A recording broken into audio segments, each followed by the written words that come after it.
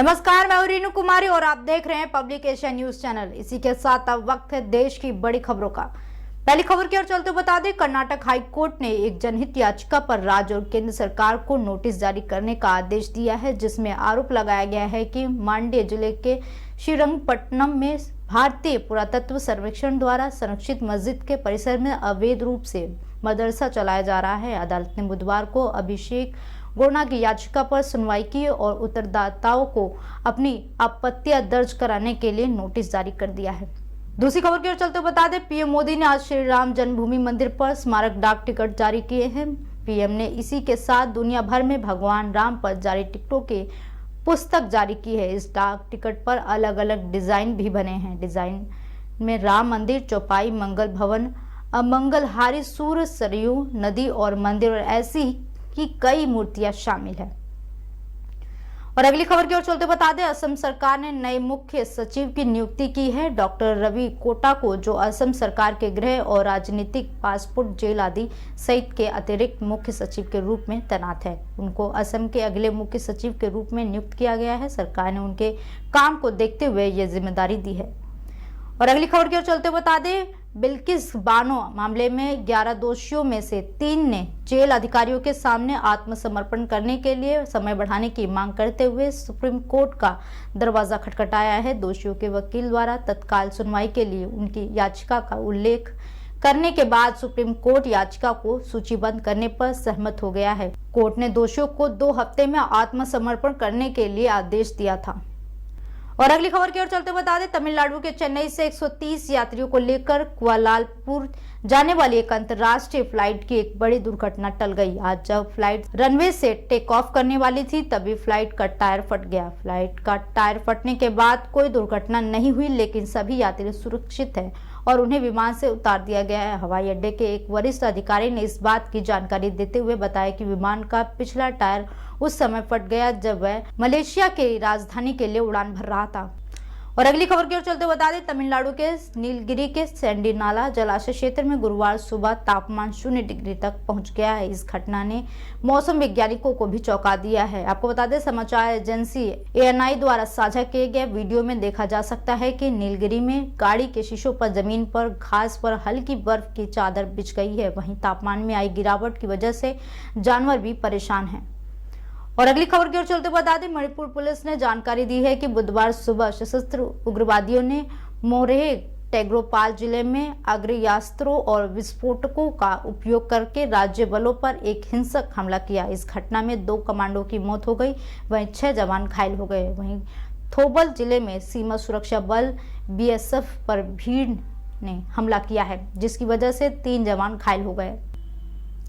और अगली खबर की ओर चलते बता दें, विदेश राज्य मंत्री डॉक्टर राजकुमार रंजन सिंह एनम शिखर सम्मेलन से पहले विदेश मंत्रियों की बैठक में भारत का प्रतिनिधित्व करेंगे। वहीं विदेश राज्य मंत्री वी मुरलीधर 21 से 22 जनवरी को कपाला में आयोजित होने वाली G77 तीसरे दक्षिण शिखर सम्मेलन में भारत का प्रतिनिधित्व करेंगे। विदेश मंत्रालय ने गुरुवार को यह जानकारी दी है। बता दें कि युगांडा ने 2024 से 2027 की अवधि के लिए NNM की अध्यक्षता संभाली है। और अगली खबर की ओर चलते बता दें, देश में 14 से 18 आयु वर्ष के 1/4 छात्र क्षेत्रीय भाषाओं में कक्षा 2 का पाठ भी धाराप्रवाह नहीं पढ़ सकते। ग्रामीण भारत में 42% छात्र अंग्रेजी के आसान वाक्य तक नहीं पढ़ सकते। हालांकि 3/4 बच्चे 73.5% अंग्रेजी वाक्यों का मतलब बता सकते हैं। यह दावा बुधवार को गैर लाभकारी संस्था प्रथम फाउंडेशन द्वारा जारी नई वार्षिक शिक्षा स्थिति रिपोर्ट ASER में किया गया है। और अगली खबर की ओर चलते बता दें, यूपी में संगम एक्सप्रेसवे कोच में आग जलाकर तापने के मामले की घटना ने लुत्फ पकड़ लिया है। अब प्रशासन ने सख्ती दिखाई है और नई एडवाइजरी जारी की है। एडवाइजरी में कहा गया है कि रेलवे के सभी ऑन बोर्ड स्टाफ ट्रेन के अंदर किसी को धूम्रपान करते हुए, ज्वलनशील पदार्थ ले जाते हुए देखा तो उस पर सख्ती से कार्रवाई करें। और अगली खबर की ओर चलते बता दें, दिल्ली के मुख्यमंत्री अरविंद केजरीवाल को ईडी ने आज बृहस्पतिवार को पूछताछ के लिए बुलाया है। अभी तक ये पूरी तरह से स्पष्ट नहीं है कि केजरीवाल इस बार पूछताछ के लिए जाएंगे या नहीं। केजरीवाल आज लोकसभा चुनाव 2024 के लिए आम आदमी पार्टी की तैयारियों का जायजा लेने के लिए गोवा रवाना होने वाले हैं। मामला दिल्ली एक्साइज पॉलिसी से जुड़ा है। और अगली खबर की ओर चलते बता दें, लोकसभा चुनाव को लेकर तैयारी जोरों पर है। तमाम पार्टियां राज्य में लोगों को लुभाने में जुट गई हैं। इस बीच लालू यादव की पार्टी राजद के नेता और मंत्री भी बिहार में तमाम जगहों पर जाकर लोगों के साथ संवाद कर रहे हैं। लोकसभा चुनाव को लेकर राजद के मंत्री ने अब बड़ा बयान दिया है। स्थानीय मित्तल टीचर्स ट्रेनिंग कॉलेज के सभागार में राजद जिला इकाई कार्यकर्ता संवाद सम्मेलन में कृषि मंत्री कुमार सर्वजीत ने कहा कि आगामी लोकसभा चुनाव देश के गरीब, पिछड़ा, दलित, युवा, किसान एवं महिलाओं के अधिकारों की लड़ाई है। और अगली खबर की ओर चलते बता दें, हिसार में स्वाइन फ्लू का खतरा बढ़ने लगा है। हिसार में इस वर्ष अब तक 15 स्वाइन फ्लू के मरीज मिल चुके हैं। हालांकि इनमें से हिसार जिले के 8 केस है, जबकि अन्य जिलों के 7 केस सामने आए हैं। स्वाइन फ्लू के बढ़ते केसों के कारण सीएमओ डॉक्टर सपना ने स्वाइन फ्लू से बचाव के लिए दिशा निर्देश भी जारी किए हैं। और अगली खबर की ओर चलते बता दें, झारखंड इस वक्त देश के कई बाकी हिस्सों की तरह भीषण शीतलहर की चपेट में है। कोहरे और गलन का प्रभाव जारी है। सुबह कोहरा छाया रहता है। दिन में अगर धूप निकल भी रही है तो भी शीतलहर का असर देखने को मिल रहा है। इस मौसम में ट्रेनों की रफ्तार भी धीमी पड़ गई है। भुवनेश्वर राजधानी 25 घंटे लेट चल रही है। अब एक नजर डालते हैं दुनिया की बड़ी खबरों पर। ईरान ने बीते दिनों पाकिस्तान पर हमले किए थे, जिसके बाद अब कई मीडिया रिपोर्ट्स के अनुसार पाकिस्तान वायुसेना ने गुरुवार को ईरान के अंदर कथित बलूच अलगाववादी शिखरों पर जवाबी हमले किए हैं। रिपोर्ट्स के मुताबिक पाकिस्तान वायुसेना के जवाबी हमलों में पाकिस्तान द्वारा वांछित बलूच आतंकवादियों के ईरान क्षेत्र के अंदर स्थित ठिकानों को निशाना बनाया गया है। और अगली खबर की ओर चलते बता दें, नाइजीरिया के सबसे बड़े शहरों में से एक में मंगलवार रात हुए भीषण विस्फोट में 3 लोगों की मौत हो गई और 77 अन्य लोग घायल हो गए हैं तथा 20 इमारतों को भी नुकसान पहुंच गया है। अधिकारियों ने बुधवार को कहा कि बचाव कर्मी मलबे में लोगों की तलाश कर रहे हैं जिनके फंसे होने की आशंका है। और अगली खबर की ओर चलते बता दें, कनाडा में भारतीय और दक्षिण एशियाई व्यापारी समुदाय को जबरन वसूली की धमकी मिल रही है। इस खतरे पर अब ब्रैम्पटन और सरे के मेयरों ने चिंता जताई है। दोनों मेयरों ने सरकार से इस समस्या को जड़ से खत्म करने के लिए जल्द ही कार्रवाई करने का आग्रह किया है। इसी के साथ सुरक्षा मंत्री डोमिनिक लेम्बार्ड को एक पत्र भी लिखा है। और अगली खबर की ओर चलते हुए बता दें, अमेरिका ने बुधवार को यमन स्थित हौती विद्रोहियों को आतंकवादी समूह की सूची में एक बार फिर से शामिल कर दिया है। बता दें कि आतंकवादियों ने इस सप्ताह लाल सागर क्षेत्र में उनके दूसरे अमेरिकी संचालित जहाज पर हमला किया था, जिसका अमेरिकी सेना ने भी जवाब दिया था और हमले किए थे।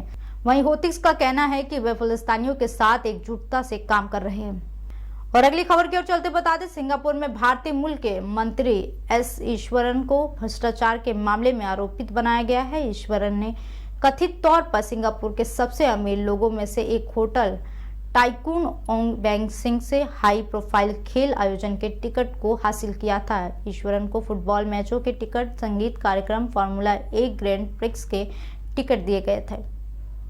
अब एक नजर डालते हैं खेल और मनोरंजन की खबरों पर।